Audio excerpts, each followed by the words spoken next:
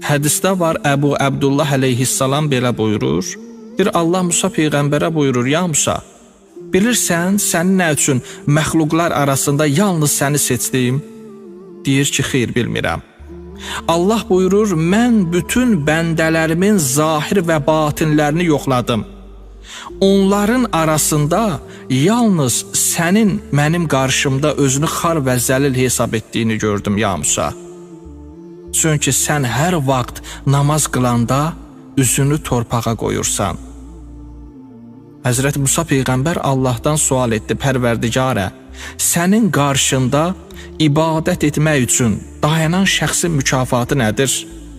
Allah dedi, ya Musa, hər vaxt o qiyam halında dayanıb, ya oturub rukiya və yaxud da səcdəyə gedərsə, mələkələrimə fəxr edərəm, ya Musa.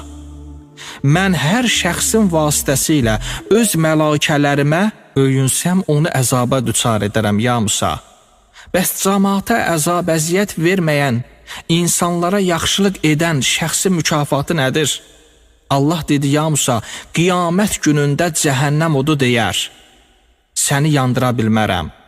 Musa Peyğəmbər sual etdi, Pərverdigarə, sənin hikmət kitabını gizlində və aşikarda oxuyan şəxsin mükafatı nədir?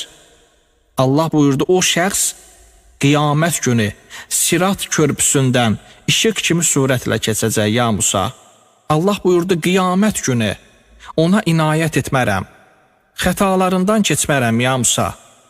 Bəs namazı vaxtında qılan şəxsin savabı, mükafatı nə qədərdir? Allah dedi, mən onun bütün istədiklərini əta edərəm, behişti ona mübah edərəm.